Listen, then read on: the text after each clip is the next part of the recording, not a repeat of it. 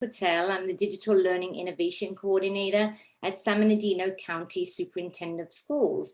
And I'm going to be talking to you about the California County Office of Education statewide system of support and the college and career calculation.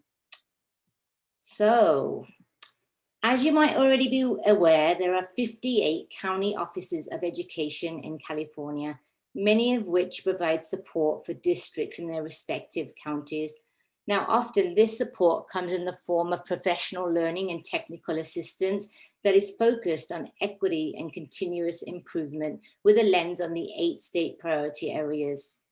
Now, today's webinar is an example of technical assistance in collaboration with CS for CA, and they continue to be amazing to work with. I just want to put that out there, and staff from all of our county office partners. Now, on that note, county offices often provide subject matter specific support. Now, because CS is an emerging area of study for our students, our county offices of education from across the state have banded together to design supports for districts who are implementing or planning to implement the California Computer Science Education Standards. Our group is referred to as CISC, which is the Computer Science Curriculum and Instruction Subcommittee of the California County Superintendent's Educational Services Association, commonly known as CSESA. Our CISC work group is led by both Karen Lewis from Monterey Bay County Office of Education and Jared Armalong from Sacramento County Office of Education, as well as myself. And Jared is also here today.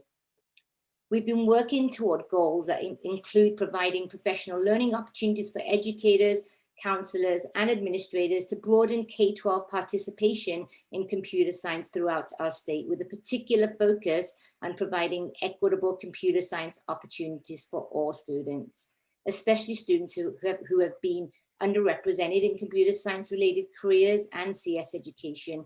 So yeah, so we can move on to the next slide.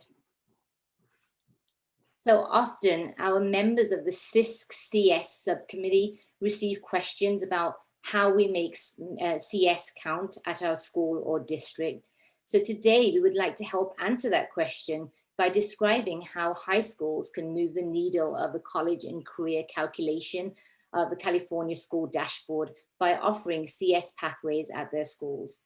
So as you can see in this visual here, while the college and career calculation includes 8 interrelated measures as seen here, today we're just going to focus on how equity-minded CS courses and pathways can help students be recognized as prepared for ADG completion, that's number 8 measure, and CTE pathway completion metrics, which is number 7.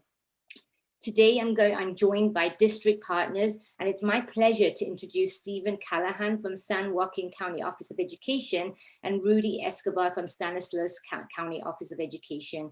Stephen will be presenting how districts in his county his county offer a breadth of CS courses that can help satisfy math, science, and elective A to G requirements. Rudy will show how districts in his county offer comprehensive CS CTE pathways that allow students to complete over 300 hours of CS coursework that is A to G approved, and in some cases provides college credit and advanced placement, also known as AP designation. So to begin with, please join me in welcoming Stephen Callahan from San Joaquin County Office of Education and Marcus Sherman of Stockton Unified School District. Hi, Sonal. Hi, everyone. Thank you so much for having us here. My name's Steve. I'm with the San Joaquin County Office of Education. I'm the Engineering and Educational Technology Coordinator. And my friend here, Marcus, is a curriculum specialist at a district within our county, Stockton Unified.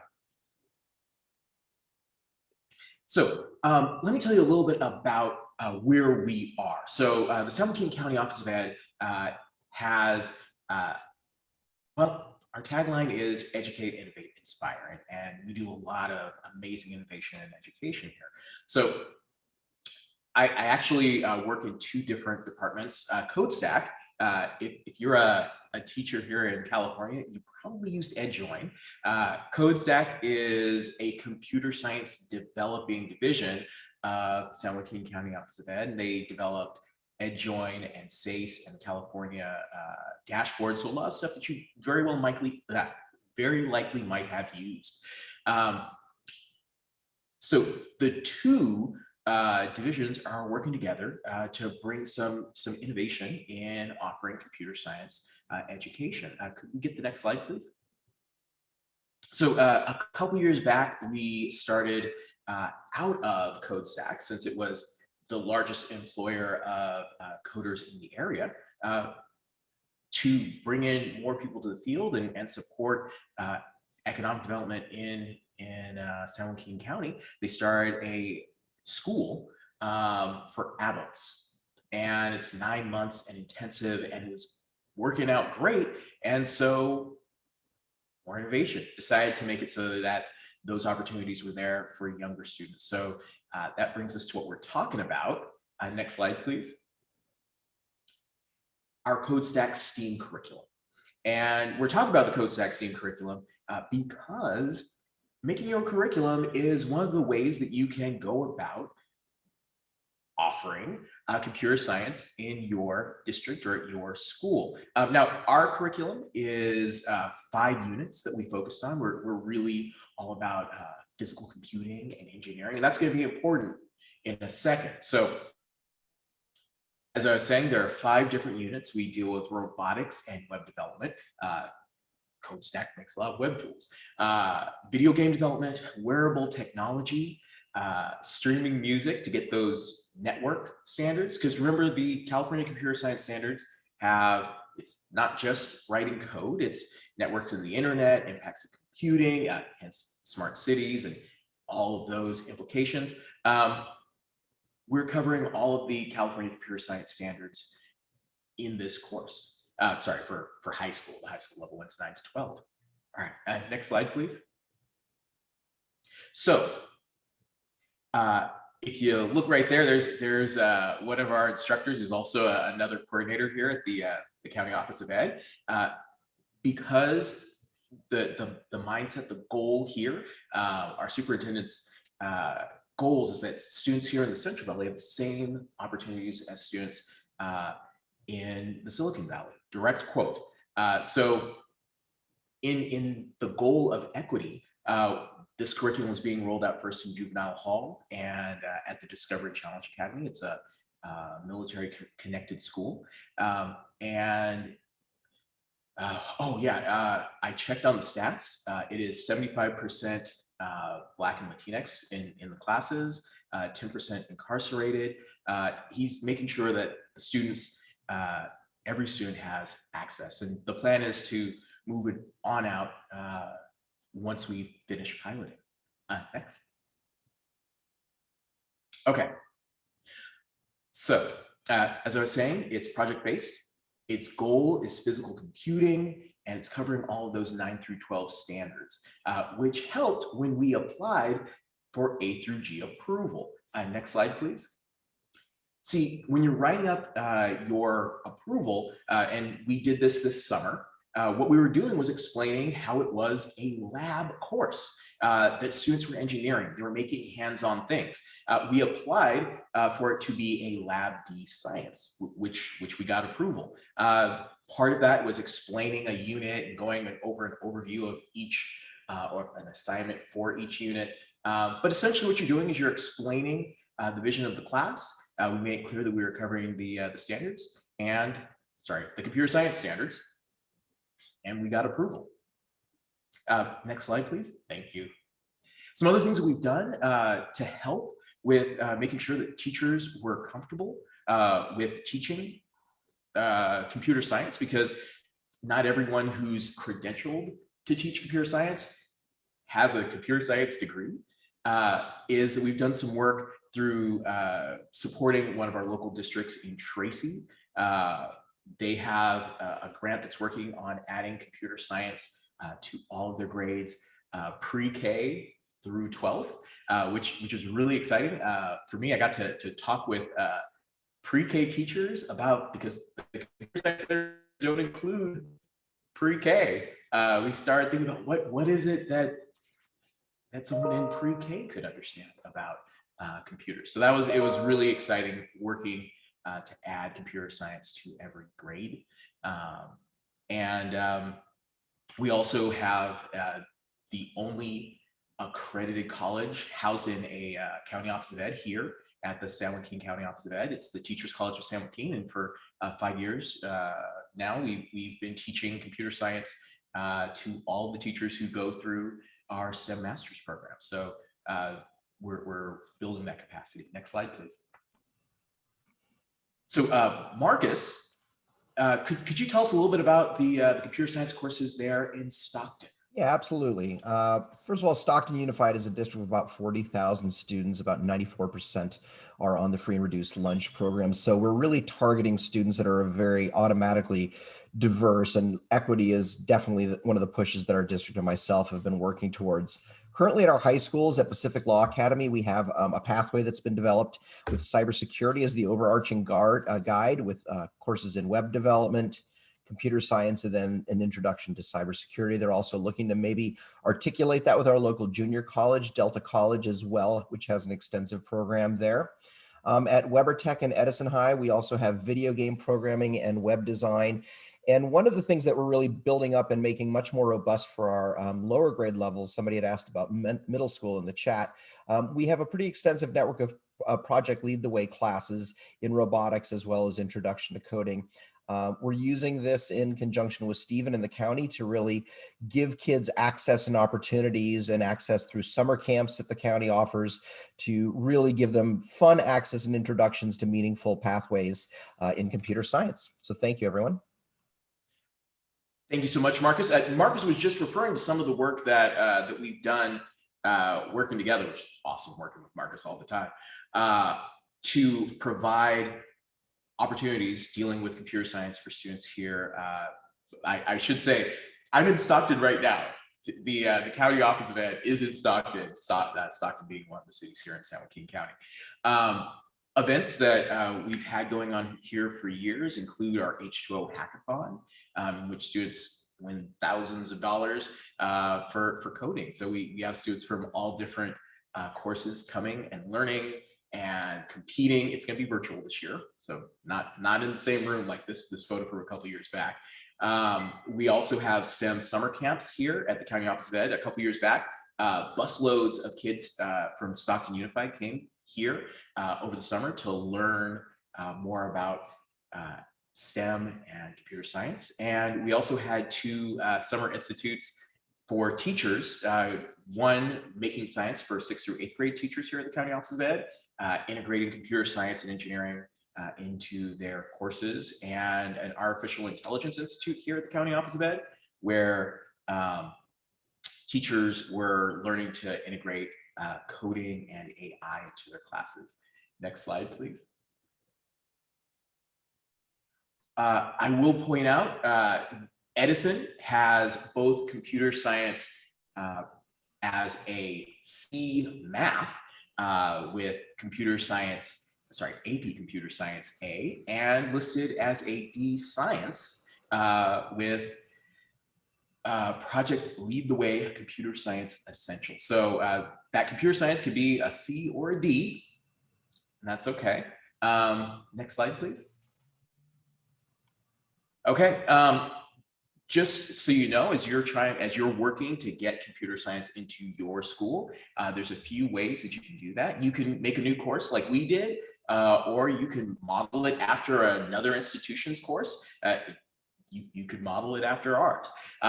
You could also add courses that are, a part of another program, already existing courses. So you can go ahead and get those courses added at your school, give the kids choice and opportunity and ways to make CS count.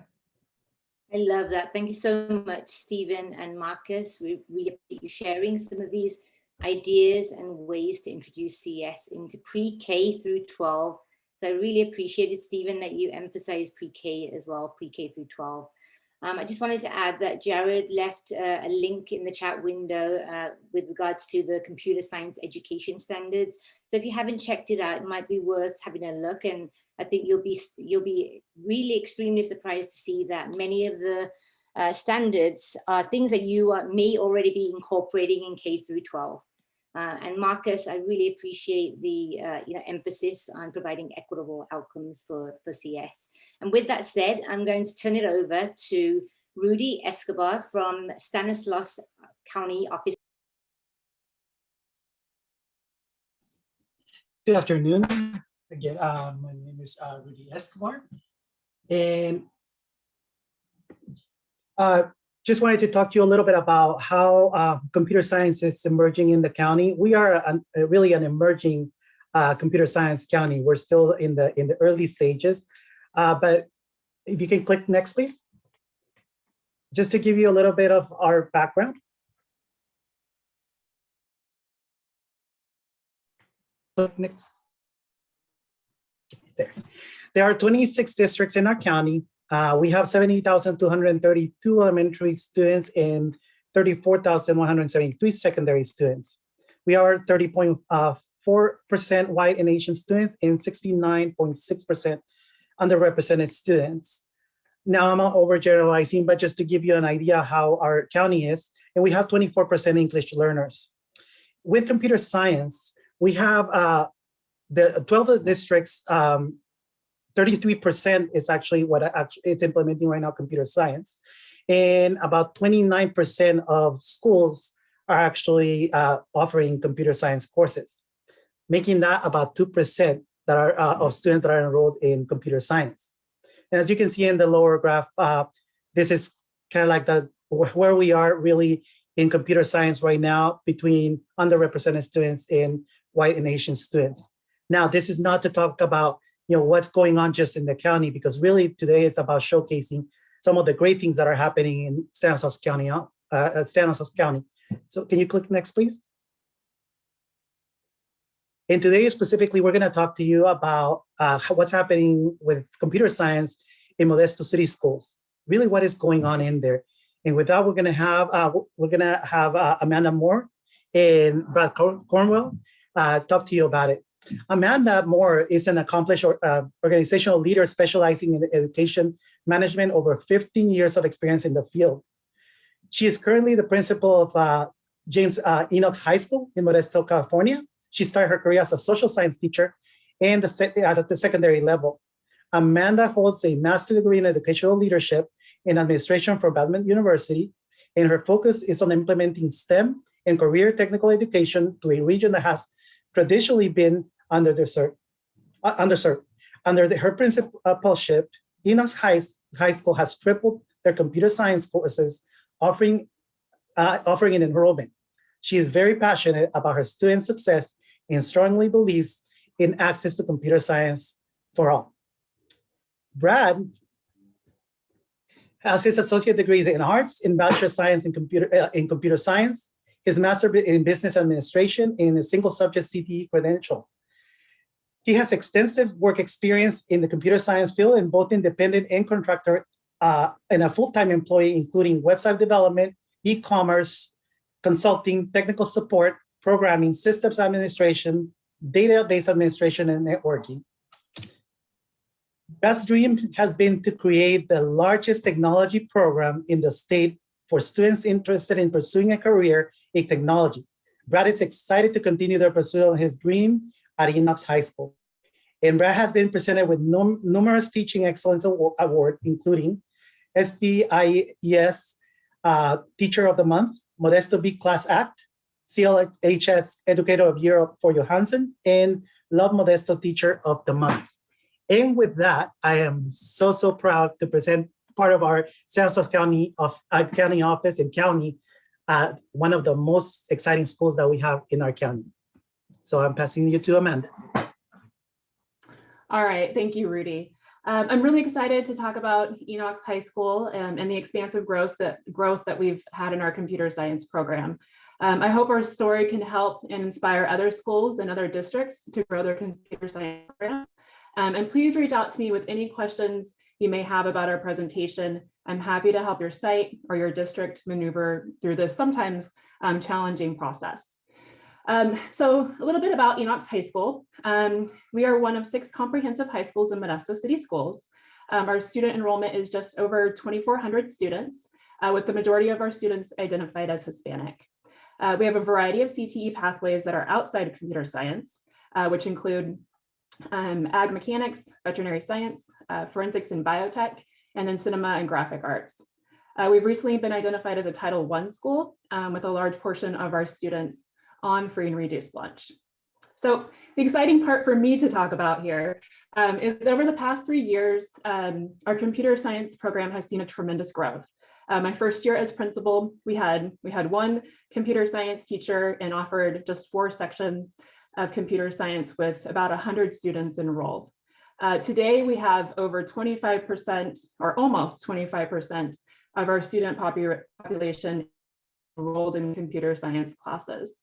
We have 15 sections built into our master schedule and 3 amazing computer science teachers. We have our original teacher, Andrew Johnson, our unicorn, which I'll explain a little bit later, Amy Pizzoni, and then our newest addition to the team that you're going to hear from in a second, Brad Cornwell.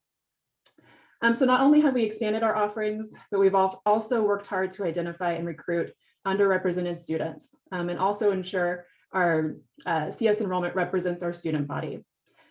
So although we still have more work to do in this area, and that's something that we work on daily, our computer science enrollment represents all students, including students with disabilities, English learners, socioeconomically disadvantaged, and those traditionally underserved in or underrepresented in computer science. So at this time, I would like to turn it over to one of our computer science teachers, Brad Cornwell, and he's going to share more about our software and systems development pathway. Thank you. Hello, everyone. It's an absolute pleasure to be here tonight. I'm really excited to be able to speak to you about our pathway. So this is called the Software and Systems Development Pathway at Enochs High School. And students can start as early as 9th grade and take CTE pathway courses all the way up till 12th grade until they graduate. So we are a 4-year pathway, and students can also join later than freshman year, but usually students would start on their freshman year. Now, the goal of the Software and Systems Development Pathway was more than just creating a CTE pathway. We also envisioned creating a family where students feel safe, comfortable, and want to come to school and want to learn beyond just taking elective classes. So the idea behind the pathway, one of the things we've been doing is we've created a student leadership team where I just got out of a meeting with them right before this. And the students are working hard on planning virtual events and activities to build engagement.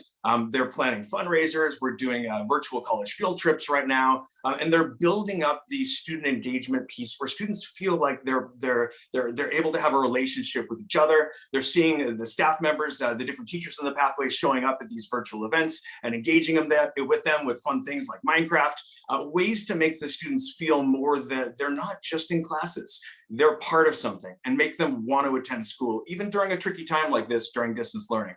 But we plan on continuing this during the normal non-distance learning part of school and to really help students feel part of something great. Next slide, please. So we offer a number of different courses in our pathway: Exploring Computer Science, AP Computer Science Principles, AP Computer Science A, Cybersecurity 1-2, Cybersecurity 3-4, Web Application Development, 3D Graphics and Animation, Video Game Design, and Artificial Intelligence. Now, every class in our pathway is UC and CSU A through G approved. And again, our courses began as early as 9th grade year. Now, one of the big goals of the Software and Systems Development Pathway also was that students would be able to forge their own path. We feel this is one of the best advantages of our pathway. Students can choose and start off with Exploring Computer Science, but we have a lot of other ways and directions they can go. Next slide, please. Before we get into the ways that they can go, let's talk for just a moment about our articulation agreements. We've worked extremely hard to help build relationships with Modesto Junior College. We've got amazing professors at Modesto Junior College that have been super supportive in helping us also build this pathway. We've got so far up to 18 units of different articulated college credit that students can earn during high school by attending and taking the classes in our pathway. That's a big head start that students get toward college while being in high school. So one of our huge goals, especially this year, was let's try and get every single course articulated. And we've really built wonderful relationships with the amazing professors at Modesto Junior College to make this happen, the amazing staff over there.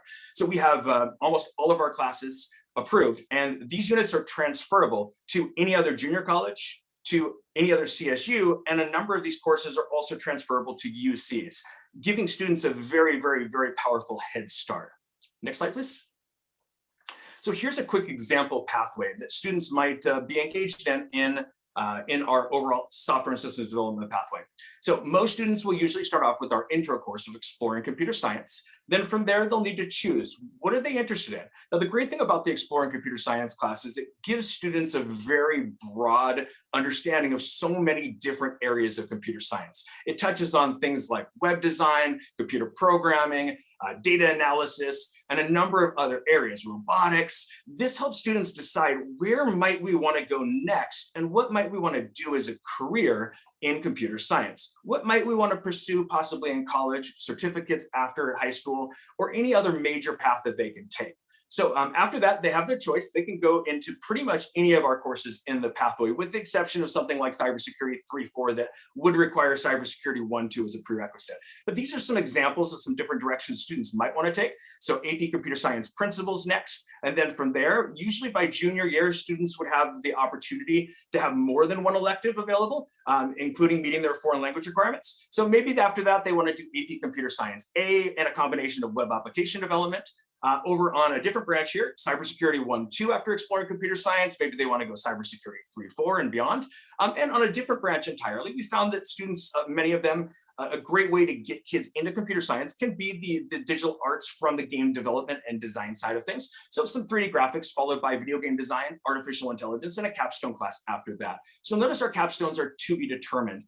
We're pretty much at the third year of our pathway right now, and we're working toward that next year of building those capstone courses. And that's one of our biggest goals right now, is to really start to develop those capstone courses into the near future and make sure we have plenty of kids for that.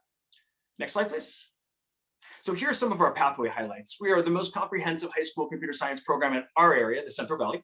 We have multiple AP computer science course offerings. We have a preparation for industry flexible schedule allows students to be able to take AP courses if they like to. Transferable MJC college credit through articulation. We meet many different UC A through G requirements. As you saw on that previous slide, we meet C, D, G, and F. So we meet the whole spectrum of everything a student would need in our pathway for graduation from the elective side of things. So students never have to leave our pathway in order to meet all of their necessary requirements for graduation in order to attend a CSU or a UC. Digital submission of work, fun group projects, and ongoing expansion and new course offerings each year. Next slide, please. We also offer certifications. We're building toward being able to have all students be able to attain CompTIA's ITF Plus, CompTIA's A Plus, CompTIA's Network Plus, CompTIA's Security Plus, and the Cisco Certified Network Associate.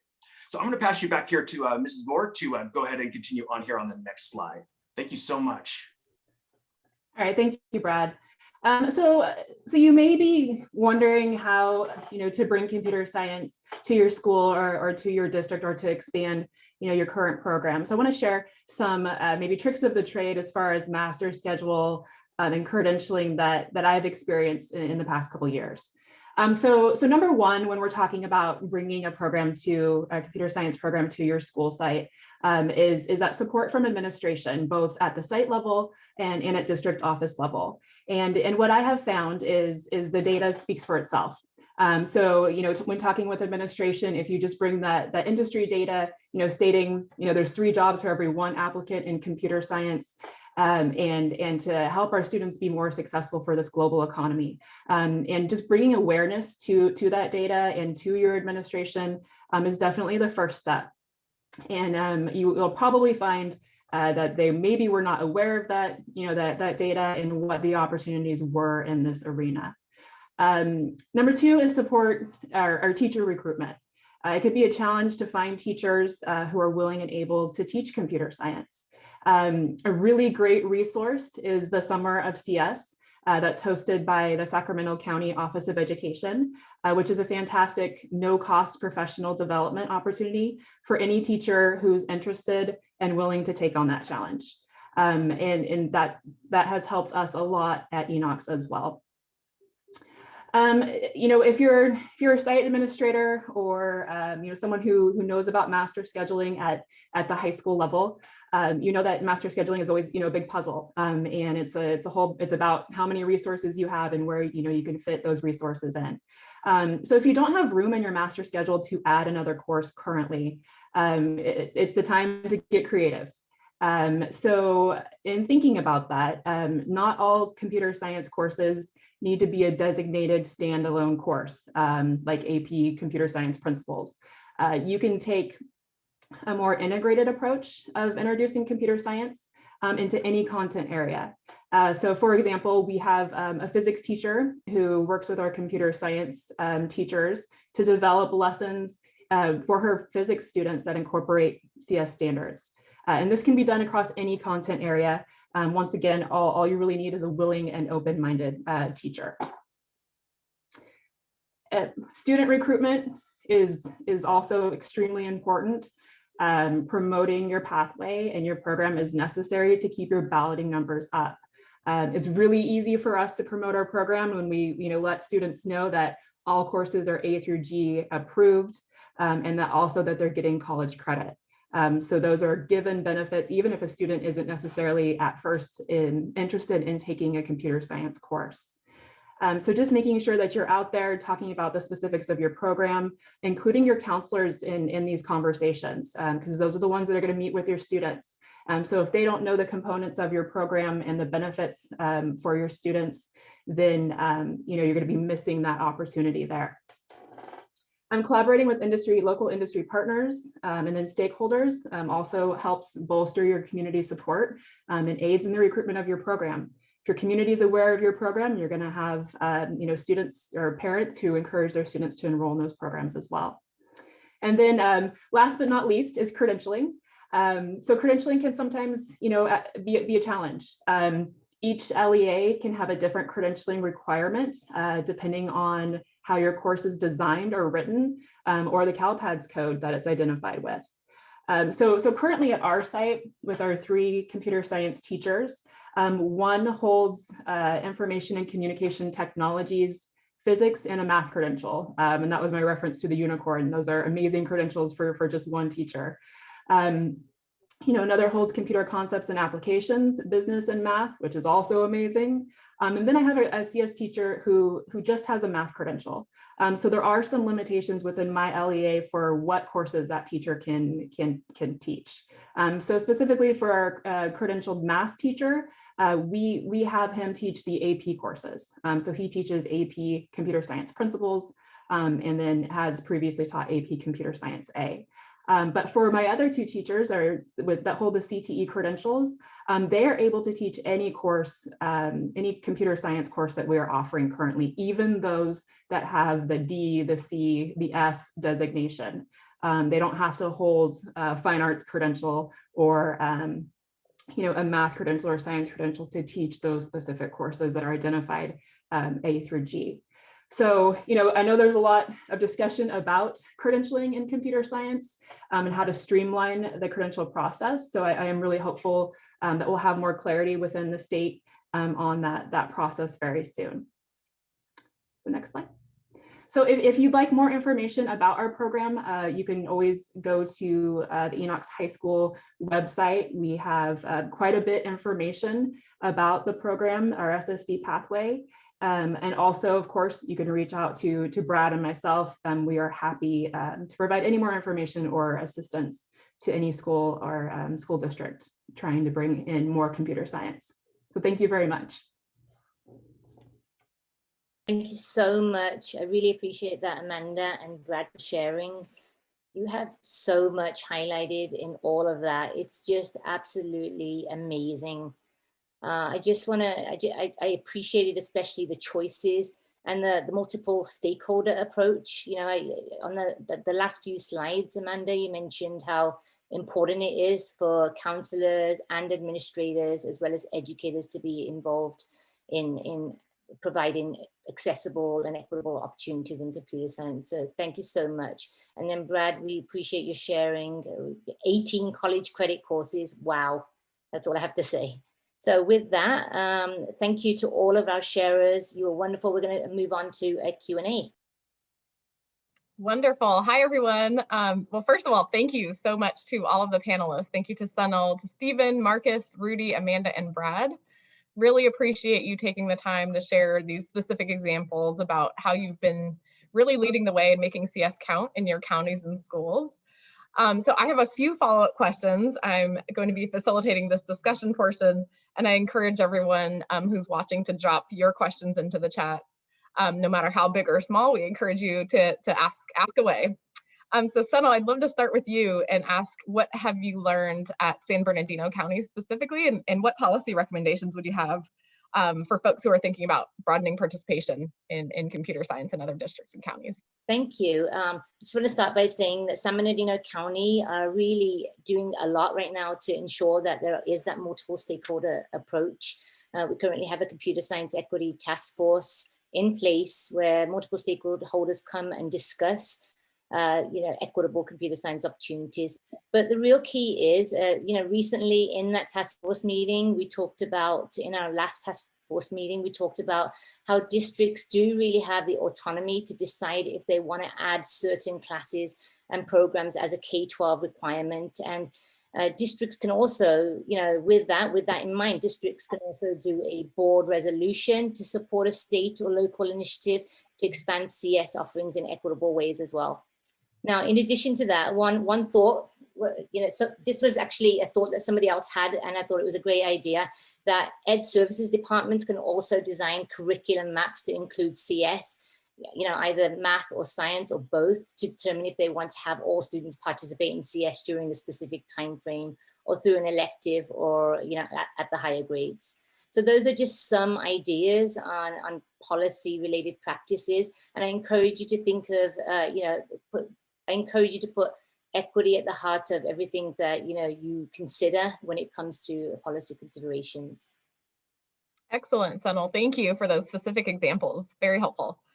So Amanda, I'd like to ask you a quick question also from the role as administrator. A very impressive list of course offerings, and I'd love to hear a little bit about how you might go about expanding course offerings, or any advice you would give to other administrators or leaders. So, it is a little bit of a craft, if you will, when you're talking about master scheduling. At times you may not have any space to offer an additional course, and like I had mentioned, is taking that more integrated approach with other content areas is one way to squeeze that in. And just having that teacher who would is interested in bringing the computer science standards into physics class, a history class, an art class, and just really making it relevant in other content areas. When you're talking about, one of the reasons I was able to bring in, all my computer science teachers, or my 2 additional computer science teachers, is, we had some retirements. We had some programs that maybe weren't meeting the students where students' interests. And so once, some of those programs, move on, using that space strategically to bring in programs, specifically computer science programs that students are interested in, and that meet industry standards, that prepare your students for success. So using those vacancies strategically on what your goals are for your school site. And that's what I've been able to do, with my experience, and that would be my suggestion. Excellent. Thank you very much for those suggestions. So Stephen and Marcus, as we're talking about expanding courses, and I'm going to kick this to either of you, whoever would like to answer, how do you think about building the capacity of your teachers and your administrators to offer the courses? So we've heard a little bit from all of the presenters about the importance of having credentialed, qualified teachers to be able to offer the courses in the first place. Are there any things that you have found to be particularly helpful? I can feel that. We've been dealing with that exact issue the last week or so in our district. And yes, it takes a little bit of creativity, and it's not avoiding any sort of situation, but our county office was able to help our local district to get some of those courses reclassified as STEM classes, and that opens up a lot of different credentials that can teach those classes. So we can offer web design, for example, as a D science at one of our high schools, as that optional third year of science. And so it does take some innovation, some creativity, and patience, and people that are willing to work with their county offices, and definitely the state if that comes to it. But I think that that is definitely doable, and it does take time, but it is well worth it. Thank you, Marcus. Actually, one follow-up for Brad on the same topic. I saw that we had a question in the chat. I'm not sure if it got answered yet. So one quick question about, are the pathway teachers that you mentioned credentialed for both AP and CTE? I think that question was in the chat. For me, I'm credentialed for business as well as for information and communication technologies and arts, media, and entertainment. So I'm able to teach multiple different areas. As far as for AP, it would depend, I think, upon the AP class I was teaching. Amanda may be able to fill that one better than me. But for all the CT classes, I'm able to cover 2 different industry sectors. Excellent, thank you. Amanda, anything else you wanted to add on that? Sure. So when we're talking about AP courses, for our district specifically and for the College Board, a math credentialed teacher can teach the AP Computer Science Principles and AP Computer Science A. And within AP, going to a workshop or the institute is what's required for AP teachers. They don't have to have an AP credential. So I'm not aware of an AP credential within California, so that would not be required of a teacher. Great, thank you very much. And Brad, if I can come back to you, one thing that was very interesting to me, and I'm sure interesting to a lot of folks, is, okay, you have the courses, you have the teachers. Now, how do we get students to fill those courses, and how do we make sure students are representative of your student body in those courses? So I'd love to hear more about the student engagement activities and what you have found to be most effective. Sure. By starting off with exploring computer science as the first course most of these students take, that's huge. Coming into high school, that many of the students end up taking exploring computer science in order to be able to find their niche or the other areas that they may want to follow on the pathway. Beyond that, we do heavy recruiting. So we created posters and flyers, and we created a whole section of the website that shows every single course with full details of every single course. And we show the different classes that are A through G approved, and the fact that they're also articulated with Modesto Junior College off of the website. We promote and present to the incoming 8th graders, and we go out and try and recruit to other local junior highs. So we try and approach as much recruiting as we possibly can in order to get students to truly understand what we have to offer and what they may want to take and what they may be most interested in following. Excellent. And personally, I'm very curious about any movement that you've seen or any things that have worked for AP computer science and getting a more diverse set of students into the AP courses. Amanda could speak more to the AP side of things than me. Okay, awesome, thanks. Sure. So it has to do with just, this is an AP in general at our school site, is once again having those conversations with the counselors and using any data you have as far as AP potential for our students, and reaching out to those students and letting them know, hey, we want you to ballot for that AP class. And usually that's enough motivation for that specific student to take on that challenge. We also have an amazing teacher or CS teacher who teaches computer science A, who is willing to take any student and meet that student where they are. And that's huge. So that encourages, maybe that student that wasn't ready for an AP class to take on that challenge, because the teacher does such a great job of supporting that student and letting them experience a high level rigorous course. I really appreciate that detail. I think that's something that's often missing in AP courses is just reaching out to students and grabbing them and letting them know that they can actually be successful in those courses could be really helpful. Okay, so I think we have 9 minutes left. Feel free to keep dropping questions into the chat. I have one more round of questions that I think I can get everyone to answer. One of the reasons that we are all here, obviously, is that we all firmly believe in the importance of computer science for all students. And so would love to hear your perspectives, and I can go one by one, starting with you, Sonal, about how have you seen ways to make computer science count, contribute to equity, or broadening participation in computer science? Yeah, thank you. I think I really strongly believe that it starts with administrators and principals and district admins just being on board with the whole thing, right? And understanding that some stark policy changes need to take place, and understanding why equitable CS education is important. And I love, and I have to call it out, Dr. Flappen, the CS for Administrators Guide. If you haven't checked it out, do go to CS for CA and take a look at that. I think administrators should start there. There's a lot in there by way of taking a systematic approach to implementing computer science for everyone really, but for all the stakeholders that are involved in the conversation, for everything that Amanda, Brad, and all, Stephen and Marcus had shared, as well as Rudy. I think that there's going to be some important considerations there. And, today we've shared how how administrators can go straight to the college career readiness measure and directly connect the two. So I'll give someone else an opportunity now. Wonderful. Thank you very much, Sonal. Stephen, any thoughts that you have from your experiences in San Joaquin? I think that one of the things that's been really key is access and introducing people and giving them a level of comfortability, because we're using computers all the time, like now, but we often don't see how it ties into our everyday lives. So I know when I taught chemistry, very often you'd have something like probeware. You're using a computer to gather data, but there's so many cheap devices nowadays. You can show chemistry teachers how they can make a device using a microbit or whatever, or create a computer model using computer science. There's so many places, especially addressing the engineering standards in NGSS, to tie math and science in with computer science. And once teachers and students feel comfortable with it, there's a chance to start moving them to take computer science courses or teach computer science courses. Thank you, Stephen. See, Marcus, did you have anything else to add from your perspective in Stockton? Oh, I think you're on mute.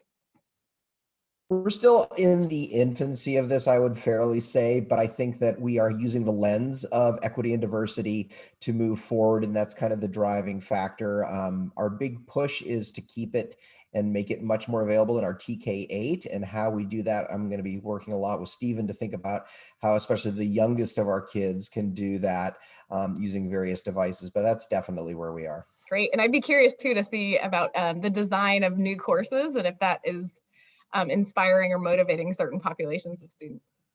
Thank you. Rudy, I would love to hear any perspectives you have on increasing equity in computer science through making CS Yeah, count. so for us, as I mentioned before, we are in the early stages. So the way we're actually working on this is by using C-STEM camps, and we're starting to develop that from TK all the way to the 8th grade, and then working with high school also. As you can see with what Amanda and Brad have, their program is amazing, and our goal is really to spread it out, county-wide. So one of the things that we are now doing, that we have the opportunity, that we have what is called Cradle to Career, is a way that we actually, all community participates into what Stanislaus County does, and there's a lot of people from different sectors. So we're trying to introduce these ideas of STEM and computer science into that group to be able to get more movement. And at the same time, we just recently received a grant to start our Inspirational Center, which is going to be related to technology and computer science in the industrial sector with CTE, to be able to develop pathways that will promote students to go into college and pursue one of those careers. And just one of the biggest goals for us is to reach those underrepresented students that usually don't get a chance to even look at any part of the CS, to be able to be counted for that. Absolutely, thank you, that's fantastic. And last but definitely not least, Amanda and Brad, anything else that you wanted to add about how you've seen equity move as a result of making CS count? Sure, I would just like to add, really quickly, that I believe it's all about access and awareness. Providing the access to your students by building those courses at master schedule, and then bringing awareness to your community about the importance of computer science standards for our students and their future success. Wonderful. And I completely agree with Amanda. Awesome. Thank you, Brad. Well, thank you again, wonderful panelists. I really appreciate you taking the time out to help provide some real inspirational stories about how we can make CS count, expand CS course offerings, and get more students into those courses. So thank you all. And I will kick it over to Julie to close us out and provide some next steps for us. Great. Thank you so much, Allison. And I just want to thank Stephen, Marcus, Rudy, Amanda, Brad, and Sonal, and my colleague, Allison. That was just an amazing amazing learning of what's going on. And I think oftentimes there's a critique that we don't want to just increase access. We really want to increase engagement. And I think all of the stories that you all shared today was really a testament of going beyond just a policy change, but how does this really impact the students and really create these different pathways that are that provide for meaningful engagement for students in computer science and seeing the possibilities of what they can do with it. So I want to thank all of you. That was amazing. And I also wanted to share a couple resources. I know some folks joined the chat late, and one of the features on Zoom that we all dislike is when we're late, we miss all of the links that were posted before we joined. And so have no fear. We are working on a brief which really summarizes some of the technical aspects of how to make computer science count in California. And we're going to update that with all of the links that were shared today, because I think all of those are so valuable for practitioners. What's beautiful about the work that we do with CS4CA is working both on the policy level and what it means in terms of local implementation. So hopefully this brief will kind of bring those two together and provide additional resources and information for all of you after this webinar. So that will be posted on the CS4CA website. The next slide, we wanted to show you this is where you can find it at cs4ca.org. And I think we have a couple other snapshots with the next slide. Our Summer of CS, which someone referenced in, which is hosted by Sacramento County Office of Education. And the new Summer of CS for this year will be in a virtual environment launching June 17th. So you can go to summerofcs.org for more information, and always reach out to Jared Amelong, who is helping to lead that effort. And then the next piece is, if you're looking for additional ways of plugging in to educators in your local community, we invite you to join csteachers.org. And CSTA is also part of our teaching and learning working group. So there's many ways to plug into CS4CA. And hopefully these resources and opportunities for discussion are useful to you. And before we, I think that's the last one. You can contact any of us. Here's all of our contact information. We're happy to share more information with you. On our website, you will also find the administrator guide that has a lot of other information. So Sonal, thank you so much for that shout out. And before we end today, I also want to thank all of the behind the scenes folks, Jared Amelong and Joaquin